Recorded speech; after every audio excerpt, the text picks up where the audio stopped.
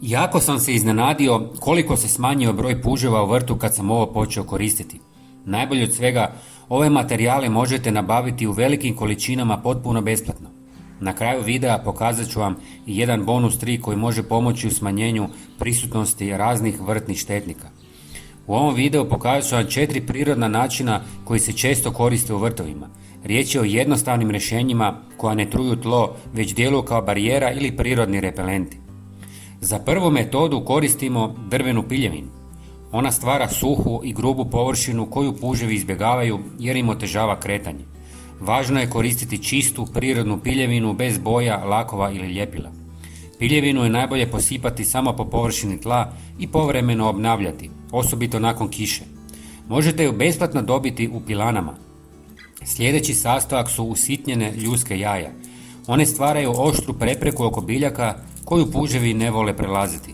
Ljuske su potpuno sigurne za vrt i s vremenom se razgrađuju u tlu. Bitno je da se koriste umjereno i da se rasporede oko biljaka, a ne da se zakopavaju duboko u zemlju.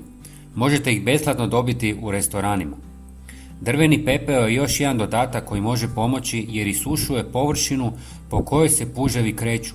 Kod pepela je važno ne pretjerivati jer može povisiti pH tla. Koristite ga u tankom sloju i izbjegavajte čestu primjenu na istom mjestu, posebno kod biljaka koje vole kiselije tlo.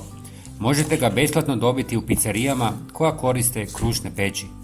Sve ove sastojke možete lagano pomiješati i ravnomjerno rasporediti oko biljaka koje želite zaštititi. Ako padne jača kiša, postupak je potrebno ponoviti. Kao dodatnu zaštitu pokazat ću vam i tekući prirodni repelent. U pola litre vode dodajte pola žlice papra, pola žlice ljute crvene paprike i pola žlice češnjaka. Smjesu dobro promiješajte i ostavite nekoliko sati. Nakon toga procijedite i razrijedite s još pola litre vode. Prije prskanja preporučuje se isprobati na jednoj biljci. Prskajte ujutro ili na večer i izbjegavajte jako sunce. Treća metoda su indijske patke trkačice koje su vrlo učinkovite u smanjenju broja puževa jer ih prirodno traže i jedu. Lagane su građe i kreću se uspravno pa ne kopaju zemlju niti čupaju biljke kao teže patke.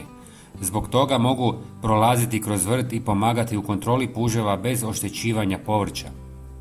Ove metode pomažu u smanjenju prisutnosti puževa i drugih štetnika, ali rezultati mogu varirati ovisno o vremenskim uvjetima i vrtu.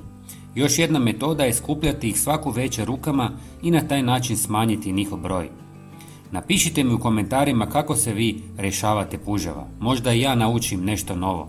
Hvala vam i pozdrav!